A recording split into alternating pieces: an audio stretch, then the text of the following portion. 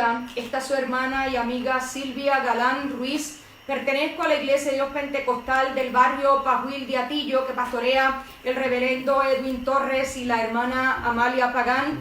En la Semana Mayor hemos querido continuar con parte de la programación, aunque no era la que teníamos planificada para ustedes. Queríamos traerle un drama, un pequeño concierto, pero no perdemos el tiempo en predicar la palabra del Señor.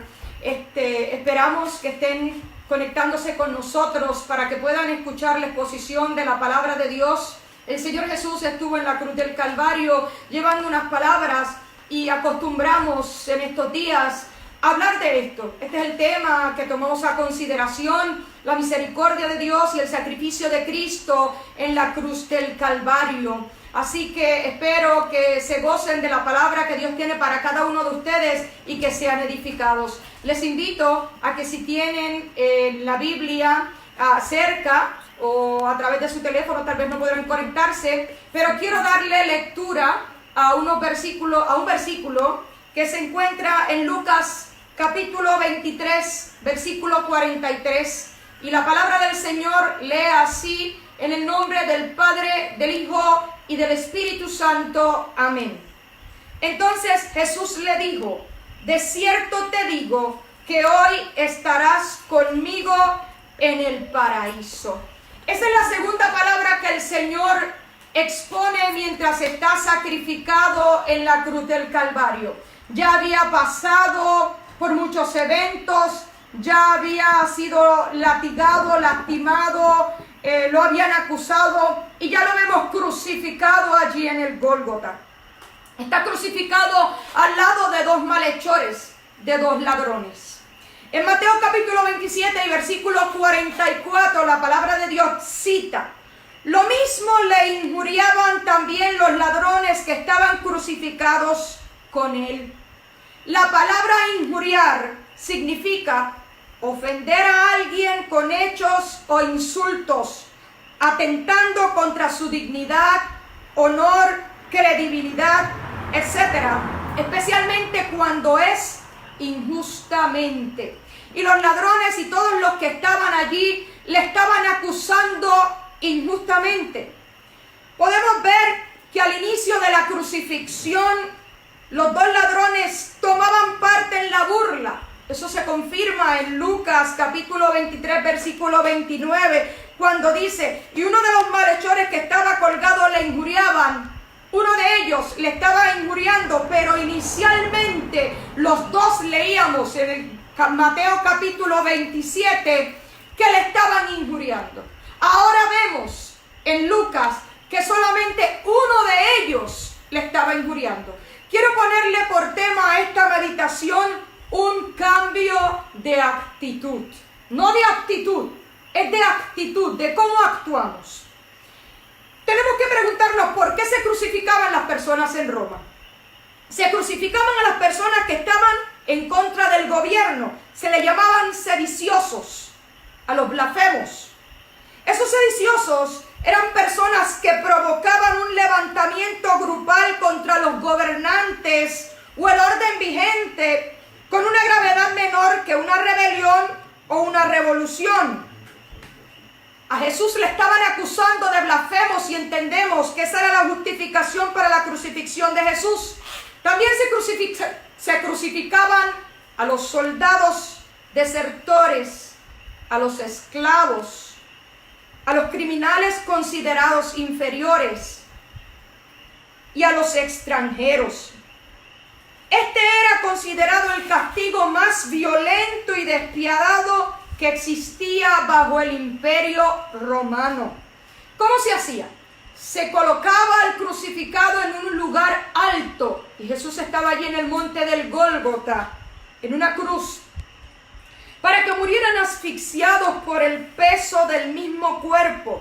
Allí padecían hambre, padecían sed, se podía producir una infección, porque todos sus sistemas iban a comenzar a colapsar, incluyendo su sistema circulatorio, lo que podría causar gangrena, podía causar un infarto, podía causar fallo renal, una descompensación total porque estaban bajo el sol eran las 3 temprano por allí durante el día. Y podían tardar hasta 4 días en morir, a diferencia de que nuestro Señor Jesús murió en 6 horas. El tormento de Jesús en la cruz duró 6 horas. Eso ocurrió en Judea en los años 30 y 33 después de Cristo. Jesús fue crucificado entre malhechores, según estaba profetizado en Isaías 53, versículo 12. Dice la palabra del Señor: por tanto, yo le daré parte con los grandes. A los 12 años estuvo con los grandes maestros de la ley. Y con los fuertes repartirá despojos, por cuanto derramó su vida hasta la muerte y fue contado con los pecadores, habiendo él llevado el pecado de muchos y orado por los transgresores. Él estuvo con los doctores de la ley, pero también estuvo con los pecadores y oraba por los transgresores. Dice que se despojó. El término que se despojó de todo, repartía despojos, se refiere a repartir una cosa entre varias personas por diversos lugares. Jesús lo único que repartía era el pan de la enseñanza y oraba por los transgresores. ¿Quiénes eran los transgresores? Eran los que quebrantaban las leyes, las normas o costumbres, quebrantamiento de un precepto moral. Y para los romanos era quitarle a ellos para darle a otros, era violar la ley. Y Jesús había violado la ley por estar con los pecadores y con los transgresores. Ahora vemos a 2 transgresores a su lado. Uno de ellos se volvió más pensativo, tal vez puso en vergüenza a sus discípulos, quienes habían escuchado por 2 años que su reino no era de este mundo y no tenían el menor pensamiento de que él volvería a vivir. Para ellos había terminado su reino, pero el ladrón sufrió un cambio de actitud. Tenía que haber escuchado y visto a Jesús entre las multitudes. Tenía que haber oído de su reino y creyó que Jesús tenía un reino más allá de la tumba, pues le dio una petición: acuérdate de mí cuando vengas en tu reino. ¿Qué aprendemos de esta petición que formuló el ladrón? Número 1, el ladrón hizo esa petición, oró a Dios, le rogó en el versículo 21, acuérdate de mí. Y vemos la confesión de sus pecados, porque anteriormente había dicho en ese versículo 21, nosotros a la verdad justamente padecemos porque recibimos lo que merecieron nuestros hechos, mas ningún mal hizo. Nos presenta el temor a la muerte en pecado y a la vez revela el testimonio de Jesús en la tierra sin pecado alguno. Segundo, ¿qué nos enseña? Que cuando nuestro problema no tiene una solución presente, hay que mirar al futuro. Y el ladrón estaba mirando su futuro. Además, nos enseña el ladrón que nunca es tarde para reconocer nuestros pecados, que nunca es tarde en esta vida para pedir perdón. Primero le reconoces y luego te arrepientes. No importa cuán malos seamos, en Cristo hay esperanza. El ladrón estaba siendo visto por muchas personas. No importa quién te esté mirando, solo debemos mirar a Jesús en la cruz del Calvario, dando su vida por nosotros. Cristo debe ser reconocido como Salvador y Señor de la humanidad, y así lo hizo aquel ladrón. La cruz de Jesús tiene una inscripción en la parte de arriba, INRI, en latín. Jesús fue crucificado como blasfemo por haberse declarado rey de los judíos, y el ladrón le reconoció como tal. Nos enseña además que el versículo nos habla de la resurrección. Acuérdate de mí cuando estés en tu reino. Hay una promesa. Seremos resucitados juntamente con Él. Eso prueba que hay un reino futuro, el cual es celestial. Nos habla de una segunda venida, porque le dice, acuérdate de mí cuando venga tu reino. El malhechor arrepentido nos enseñó que es posible estar en el lugar correcto, a la hora correcta, con la persona correcta y no hacer lo correcto. Ahora, aquel malhechor estaba en el momento correcto, se encontró en una cita con Dios, igual que se encontró con la mujer samaritana, igual que se encontró Zaqueo. Aquel hombre crucificado también se encontró con Dios. ¿Qué nos dice la respuesta que Jesús le dijo? De cierto te digo que hoy estarás conmigo en el paraíso. Hermosas palabras.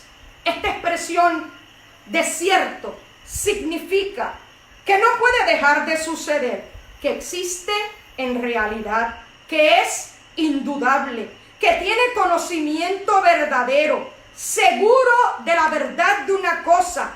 Jesús hermosamente le asegura al malhechor, hoy estarás conmigo en el paraíso.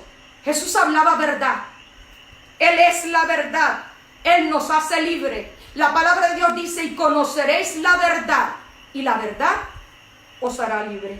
¿Qué más nos dice la respuesta de Jesús? Nos dice que para ser salvo hace falta reconocer a Cristo como Señor y Salvador. Nos habla de la gracia de Dios, de la salvación, la cual se ve en el hecho de que Él mismo, por medio de la expiación de Cristo, pagó la pena por el pecado, por la cual puede perdonar con justicia, sin tener en consideración el mérito o desmérito del pecador, porque Él es misericordioso y clemente, lento para la ira. Además, nos recuerda que hay esperanza de perdón para los que alguna vez rechazaron a Jesús. Jesús es perdonador. Nunca es demasiado tarde para ser perdonados, aunque muchos piensen que no lo merezcan. El único pecado que Dios no perdona es la blasfemia contra el Espíritu Santo. Jesús nos enseña desde allí que nunca está tan ocupado para contestarnos, para perdonarnos. Él siempre escucha nuestro clamor si lo hacemos de corazón. Te ofrece el paraíso, un lugar, no una condición. No hay que esperar mucho tiempo después de la muerte física. Además, nos enseña que el reino no es solamente futuro, sino presente. Colosenses 1, versículos 13 y 14 nos dice la Escritura, el cual nos ha librado de la potestad de las tinieblas y trasladado al reino de su amado Hijo, en quien tiene redención por su sangre, el perdón de pecados. Eso quiere decir que hay un infierno.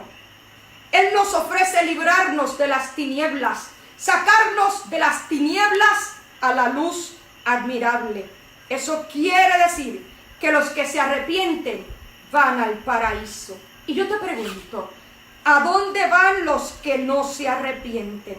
¿Qué podemos concluir de esta palabra de este ladrón que pidió perdón? Acuérdate de mí cuando estés en tu reino. Que a los que aman a Dios, todas las cosas obran para bien. Lo encontramos en Romanos 8.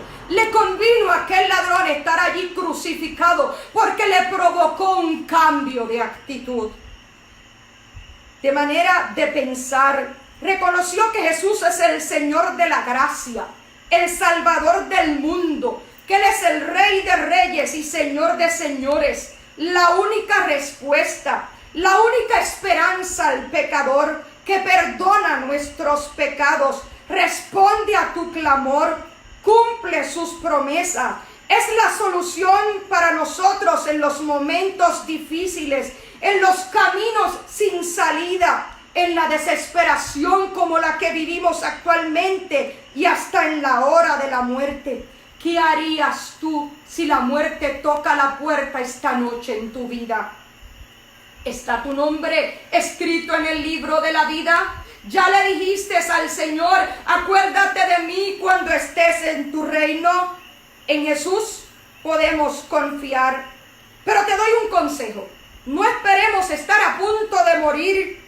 La cruz de Cristo cumplió su propósito aquel día y lo sigue cumpliendo hasta que Cristo venga.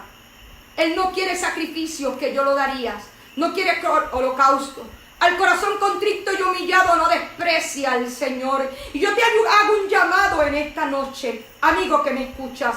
Si todavía no has tenido un encuentro con Dios, si no le has entregado tu vida a Jesucristo como tu único y exclusivo Salvador, si no estás seguro de la salvación de tu alma, pídele perdón al Señor, pídele que entre en tu corazón, dile, entra en mi corazón y limpia mi casa, sálvame Señor porque perezco, límpiame de mis pecados, líbrame de mi maldad. No importa lo que hayas hecho, no importa si es droga, no importa si es alcohol, no importa aunque hayas matado, si hay algún preso que me está escuchando, Dios tiene salvación para ti en esta noche. Dile solamente, yo quiero la salvación de mi alma, yo quiero que mi nombre esté escrito en el libro de la vida. Pasa de mí esta copa, quita toda preocupación, quita toda angustia. Confiésale, ahí en tu casa. Hay teléfonos a los que puedes llamar, puedes escribir por tus peticiones. Yo quiero orar por ti, yo quiero orar por la salvación de tu alma, yo quiero orar por la tranquilidad de tu casa, por la paz que sobrepasa todo entendimiento, porque en medio de esta crisis sientas paz, sientas seguridad, sientas consuelo, sientas aliento, que sepas que Jehová el Señor, de la misma manera que escuchó al ladrón en la cruz del Calvario, allí en el refugio de tu casa, te está escuchando. Escucha tu clamor. Oramos por ti. Oramos por Rosa, nuestra vecina, por sus hijos que son enfermeros y están trabajando, y por todas las peticiones que se presentan en esta hora. Únete conmigo en esta oración. Amante Dios y Padre Celestial, te damos toda honra y toda gloria, porque sabemos que tu palabra no torna atrás vacía. Sabemos que alguna vida ha sido tocada en esta hora, que hay corazones que están siendo impactados porque tú, Espíritu Santo, estás tocándole, porque nos has dado tiempo para reflexionar en si nuestro nombre está escrito en el libro de la vida. Porque tú no retardas tu promesa, según algunos la tienen por tardanza, sino que eres paciente para con nosotros, no queriendo que ninguno perezca, sino que todos procedamos al arrepentimiento. Te damos gracias por tu sacrificio en la cruz del Calvario, Jesús. Te damos gracias, Padre, porque en tu infinita misericordia enviaste a tu único Hijo a derramar su sangre preciosa. Y te damos gracias, Espíritu Santo, porque cuando Jesús ascendió a los cielos, te quedaste con nosotros en medio nuestro para consolarnos, para darnos apoyo, para sostenernos de la mano derecha, por tu palabra en la cual nos repites constantemente que tengamos paz. Gracias por la salvación. Oh Dios, consuela las vidas, trae paz, entendimiento, y que cuando pase esta crisis y esta pandemia, todas las vidas que han escuchado la palabra, que ya no tienen excusa, puedan ir a decir públicamente: acepté a Jesucristo como mi único y exclusivo Salvador, y mi nombre está en el libro de la vida. Te invito a nuestra iglesia para que llegues. Cuando termine esta pandemia, hay una silla para ti, para que tú le des la honra y la gloria y testifiques de que el Señor te ha cuidado y ha cuidado los tuyos. Dios te bendiga, Dios te guarde, y te espero verte en la iglesia y a través del Facebook. Amén.